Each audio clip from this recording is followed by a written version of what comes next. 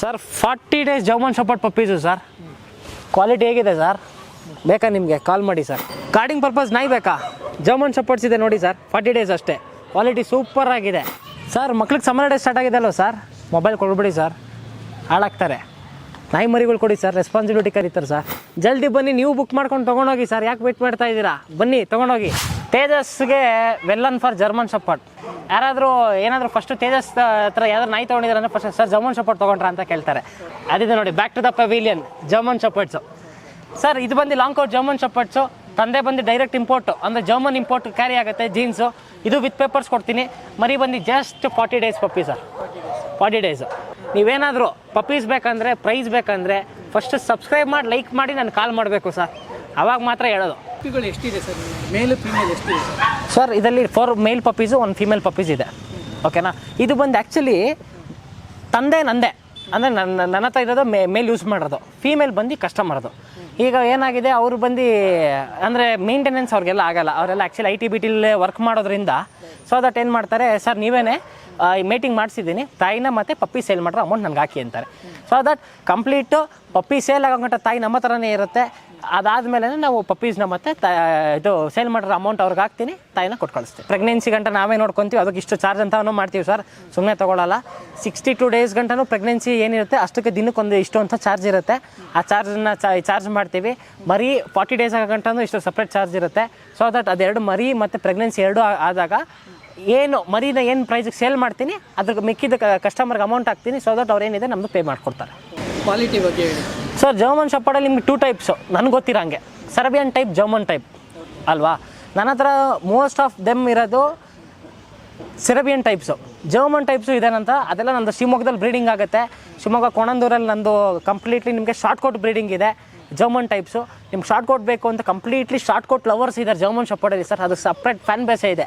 ಅಂಥವ್ರಿಗೆ short coat puppies ಕೊಡೋಣ sir. ತೋಟಗಳೆಲ್ಲ ಮಾಡಿರ್ತಾರೆ, ಹೌದು. ಯಾವ ಬ್ರೀಡ್ ಸೆಲೆಕ್ಟ್ ಮಾಡ್ತಾರೆ ಸರ್? ಕೃಷಿ ಪರಿಸರದಲ್ಲಿ ಮೇಜರ್ ಇರೋದೇ ರೈತರು ಅಲ್ವಾ ಸರ್. ರೈತರು ಏನು ಮಾಡಿರ್ತಾರೆ, ಕೆಲವೊಬ್ಬರು ಈ ಸ್ಯಾಂಡಲ್ವುಡ್ ಹಾಕಿರ್ತಾರೆ, ಇನ್ನು ಕೆಲವೊಬ್ಬರು ತುಂಬ ಕಮರ್ಷಿಯಲ್ ಕ್ರಾಪ್ಸ್ ಹಾಕಿರ್ತಾರೆ. ಯಾರು ಅಂದರೆ ನೈಟ್ ಹೊತ್ತು ಏನಾದರೂ ಒಂದು ಬಂದು ಅದನ್ನು ಕಳ್ತನ ಮಾಡೋದಾದ್ರೆ ಅದೇನಾದರೂ ಒಂದು ಮಾಡ್ತಾರೆ. ಬನ್ನಿ sir, German shepherd short coat puppies ತೊಗೊಂಡೋಗಿ ಸರ್. ಶಾರ್ಟ್ ಕೋಟ್ ಆಗಲಿ ಯಾವುದೋ ಇದು ಜರ್ಮನ್ ಶೆಪರ್ಡ್ ಡಾಗ್ಸ್ ತೊಗೊಂಡೋಗಿ sir. Single commanded dogs sir ಅವೆಲ್ಲ. ಒಂದು ಸಲ ಟ್ರೈನ್ ಮಾಡಿಬಿಡಿ ಸರ್, ಯಾರಾದರೂ ಒಳಗಡೆ ಬಂದುಬಿಟ್ರೆ ಆಮೇಲೆ ನೋಡಿ ಸರ್, ಚಾನ್ಸೇ ಇಲ್ಲ. ಜರ್ಮನ್ ಶೆಪರ್ಡ್ಸ್ ಯಾರು ಒಳಗಡೆ ಬಿಡೋದೇ ಇಲ್ಲ ನಾಯಿಗಳು. ನಿಮ್ಗೆ ಹೆಂಗೆ ಅಂತಂದರೆ ಒಂದೇ ಒಂದು ನಾನು ಅದೇ ಹೇಳೋದಲ್ಲ, ನಾನು ಶಿವಮೊಗ್ಗದಲ್ಲಿ ಏನಕ್ಕೆ ಶಾರ್ಟ್ ಕೋಟ್ ಬ್ರೀಡಿಂಗ್ ಆಗುತ್ತೆ ಅಂದರೆ ಇದೇ ಕಾರಣಕ್ಕೆ. ನಮ್ಮದು ಒಂದು 10 ಎಕರೆ ಜಮೀನಿದೆ ಸರ್ ಶಿವಮೊಗ್ಗದಲ್ಲಿ. ಅಲ್ಲಿಗೆ ಇವತ್ತಿಗೂ ನಾವು ನಮ್ಮ ಜರ್ಮನ್ ಶೆಪರ್ಡ್ಸ್ನ ಕಟ್ಟಾಕಲ್ಲ, ಕಂಪ್ಲೀಟ್ ತೋಟಕ್ಕೆ ಓಡಾಡ್ಕೊಂಡಿರ್ತವೆ. ನೀವು ಅದಕ್ಕೆ ಹೇಳೋದು, ನೀವು ಯಾರಾದರೂ ರೈತರು ಕಮರ್ಷಿಯಲ್ ಕ್ರಾಪ್ಸ್ ಹಾಕಿರಲಿ, ಯಾವುದೇ ಕ್ರಾಪ್ಸ್ ಹಾಕಿರಲಿ ಸರ್, ತೋಟಕ್ಕೆ ನಿಮ್ಗೆ ಒಳ್ಳೆ ಗಾರ್ಡಿಂಗ್ ಬೇಕಂದರೆ ಜರ್ಮನ್ ಶೆಪರ್ಡ್ಸ್ ತೊಗೊಂಡೋಗಿ ಸರ್. ಈಗ ರೈತರುಗಳು ಲಕ್ಷಾಂತರ ರೂಪಾಯಿ ಕೊಟ್ಬಿಟ್ಟು ಹಸುಗಳು ಪರ್ಚೇಸ್ ಮಾಡಿರ್ತಾರೆ ಸರ್. ಕುರಿಗಳು, ಆಡುಗಳು ಎಲ್ಲ ಲಕ್ಷಾಂತರ ರೂಪಾಯಿ ಇನ್ವೆಸ್ಟ್ ಮಾಡಿರ್ತಾರೆ. German shepherd well on for it. German shepherd ಏನಕ್ಕೆ ಅಂದರೆ, ಜರ್ಮನ್ ಶೆಪರ್ಡ್ ಅಂದರೆ ಏನು ಹೇಳಿ, ಕುರುಬ. ಇದನ್ನು ಯೂಸ್ ಮಾಡ್ತಾಯಿದ್ದೆ ಅದಕ್ಕೆ. ಒಂದಷ್ಟು 100-150 ಕುರಿಗಳನ್ನ ಬಿಟ್ಟರೆ ಒಂದೊಂದು ನಾಯಿ ಬಿಟ್ಬಿಡೋರು. ಈ ನಾಯಿಗಳನ್ನ ಕರೆಕ್ಟಾಗಿ ಮನೆಗೆ, ಕುರಿಗಳನ್ನ ಕರ್ಕೊಂಡು ಕರೆಕ್ಟಾಗಿ ಮನೆಗಳು ಸೇರಿಸ್ಕೊಳ್ಳೋದು, ತಿರ್ಗಾ ವಾಪಸ್ಸು ಬೆಳಗ್ಗೆ ಹೊತ್ತು ಹಂಗೆ ಕರ್ಕೊಂಬರೋದು. ಅದೇ ಜರ್ಮನ್ ಶೆಪರ್ಡ್ದು ಮೇನ್ ಸ್ಪೆಷಾಲಿಟಿನೇ ಅದು. ಆದರೆ ಸರ್ ಒಂದೇ ಒಂದು ರಿಕ್ವೆಸ್ಟ್ ಮಾಡ್ತೀನಿ, ನಾವು ಕ್ವಾಲಿಟಿನ ಆ ಥರ ಮೇಂಟೈನ್ ಮಾಡ್ತೀನಿ. ದಯವಿಟ್ಟು ಕೈಲೂ ಮುಗ್ಕೊಂಡು ಕೇಳ್ಕೊಂಬಿಡ್ತೀನಿ, 15,000, 10,000, 5,000, 7,000 ರೂಪಾಯಿ ಅಂತ ಮರಿ ಕೇಳಂಗಿದ್ರೆ ದಯವಿಟ್ಟು ನನಗೆ ಕಾಲ್ ಮಾಡಬೇಡಿ. ನಾನು ಆ ಥರ ಪಪ್ಪೀಸ್ನ ಬ್ರೀಡ್ ಮಾಡಲ್ಲ. ನನ್ನ ಪಪ್ಪೀಸ್ ಕ್ವಾಲಿಟಿನೇ ಬೇರೆ. ಯಾಕೆಂದರೆ ನಾನು ಯೂಸ್ ಮಾಡೋ ಫುಡ್ ಆಗಿರಲಿ, ಆಮೇಲೆ ನಾನು ಇದು ಕಸ್ಟಮರ್ಗೆ ಕೊಡಬೇಕಾದ್ರೂ ನಂದು ಅಷ್ಟೇ ಖರ್ಚು ಮಾಡಿ ಅಷ್ಟೇ ಚೆನ್ನಾಗಿ ನೋಡ್ಕೊಂಡಿರ್ತೀನಿ, ಅಷ್ಟೇ ಕ್ವಾಲಿಟಿನೂ ಪಪ್ಪೀಸ್ ಆಗಿರುತ್ತೆ. ಯಾರು 15,000 ರೂಪಾಯಿಗಿಂತ ಕಮ್ಮಿ ಕೆಳಗಡೆ ಕೇಳಂಗಿದ್ದರೆ ದಯವಿಟ್ಟು ಕಾಲ್ ಮಾಡಿಬಿಡಿ ಸರ್. ಎಷ್ಟು ಖರ್ಚು ಬೀಳ್ಬೋದು ಸರ್ ಒಂದು ಮೇಲ್ ಫೀಮೇಲ್ ಸಾಕಿ? ಒಂದು ಬಂದು ಡಿಪೆಂಡ್ಸ್ ಅಪಾನ್ ಬ್ರೀಡು. ಎರಡನೇದು ಬಂದು ಫ್ಯಾಕ್ಟ್ರಿ ಏನು ಡಿಪೆಂಡ್ ಆಗುತ್ತೆ ಅಂತಂದರೆ, ಜರ್ಮನ್ ಶೆಪರ್ಡ್ನ ನನ್ನ ಹತ್ರ ಜಾಸ್ತಿ ಇರೋ ಜರ್ಮನ್ ಶೆಪರ್ಡ್ಸ್ ಇರೋದ್ರಿಂದ ಸರ್, ಮಿನಿಮಮ್ ಒಂದು ಇವತ್ತಿನ RC ರಾಯಲ್ ಕೆನಿನ್ ನಾನು ಯೂಸ್ ಮಾಡೋದು ಫುಡ್ಡು. ಓಕೆನಾ? ನಾನು ಯೂಸ್ ಮಾಡೋದು ರಾಯಲ್ ಕೆನಿನು. ನಾನು ಯೂಸ್ ಮಾಡೋ ರಾಯಲ್ ಕೆನಿನ್ ಫುಡ್ಡು ಮಿನಿಮಮ್ ಅಂತಂದ್ರೂ ಎಲ್ಲ ಪರ್ಸೆಂಟೇಜು ಅದು ಇದು ನಮಗೆ ಬೀಡರ್ಸ್ ಇರೋದ್ರಿಂದ ಒಂದು 10%, 12% ಕೊಡ್ತಾರೆ. ಅದೆಲ್ಲ ನಮಗೆ ಅದು ಕಳೆದು ಒಂದು 11,500 ಬರುತ್ತೆ. ನನಗೆ ತಿಂಗ್ಳಿಗೆ 2 ಬ್ಯಾಗ್ ಬೇಕು ಪ್ರೆಗ್ನೆಂಟಲ್ಲಿದ್ದಾಗ ತಾಯಿಗೆ. ಅದ್ರ ಜೊತೆಗೆ ಮಲ್ಟಿವಿಟಮಿನ್ ಸಿರಪ್ ಬೇರೆ, ಕ್ಯಾಲ್ಸಿಯಂ ಸಿರಪ್ ಬೇರೆ. ಆಮೇಲೆ ನೆಕ್ಸ್ಟ್ ಮರಿ ಆದಮೇಲೆ ಮರಿಗೆ ಸಪ್ರೇಟು ನಾವು ಅಮ್ಮನಿಗೆ ಹಾಲು ಚೆನ್ನಾಗಿ ಕೊಡಬೇಕು ಅಂತ ಅದಕ್ಕೆ ಸಪ್ರೇಟಾಗೆ ಸಿರಪ್ಸ್ ಬೇರೆ ಬರುತ್ತೆ. ಆಮೇಲೆ ಮರಿ ಹಾಕಿದ್ಮೇಲೆ ಅಮ್ಮನ್ನ ವೆಟರ್ನರಿ ಡಾಕ್ಟರ್ ಹತ್ರ ಒಂದ್ಸಲಿ ಚೆಕ್ ಮಾಡಬೇಕು. ಮರಿಗಳಿಗೆ ಡಿವರ್ಮಿಂಗ್ ಮಾಡಬೇಕು, ವ್ಯಾಕ್ಸಿನೇಷನ್ ಮಾಡಬೇಕಾಗಿರುತ್ತೆ. ಮರಿಗೆ 40 ದಿನ ಗಂಟ ಮಿನಿಮಮ್ ಅಂದರೂ 1.5 ಬ್ಯಾಗ್ ಫುಡ್ ಬೇಕು. ನನ್ನ ಪಪ್ಪೀಸ್ ಆಲ್ ಓವರ್ ಇಂಡಿಯಾದಲ್ಲಿ ಕೊಟ್ಟಿದ್ದೀನಿ. ಒಂದು ಬೇರೆ ಕಂಟ್ರೀಸ್ಗೆ ಎಕ್ಸ್ಪೋರ್ಟ್ ಆಗಿದೆ. ಶ್ರೀಲಂಕಾಲ್ಲಿ ನನ್ನ ಪಪ್ಪೀಸ್ ಇದ್ದಾವೆ. ಇನ್ನು ಎಷ್ಟೋ ಕಂಟ್ರೀಸ್ಗೆ ಇಲ್ಲಿಂದ ಮರಿ ಕಳಿಸ್ಕೊಟ್ಟಿದ್ದೀನಿ. ಆಮೇಲೆ ನಿಮಗೆ ಈ ಜರ್ಮನ್ ಶೆಪರ್ಡ್ಸಲ್ಲಿ ಹೆಂಗೆ ಅಂದರೆ ಸರ್, ಡೈರೆಕ್ಟಾಗಿ ಬಂದು ನೋಡಿದಾಗ ನಿಮಗೆ ರಿಯಾಲಿಟಿ ಗೊತ್ತಾಗುತ್ತೆ.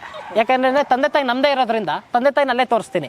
ಇನ್ ಕೇಸ್ ಅದಕ್ಕೆ ಹೇಳೋದು ನಾನು, ಕಸ್ಟಮರ್ಗೆ ಮರಿ ಮಾರೋ ಗಂಟ ಯಾರಾದರೂ ನನಗೆ ಬೋರ್ಡಿಂಗ್ ಪ್ರೆಗ್ನೆನ್ಸಿ ಬೋರ್ಡಿಂಗ್ ಬಿಟ್ಟಿರ್ತಾರಲ್ಲ, ಕಸ್ಟಮರ್ಗಳಿಗೆ ಮರಿ ಮಾರೋ ಗಂಟ ಅಮ್ಮನ ಕೊಡಲ್ಲ ನಾನು.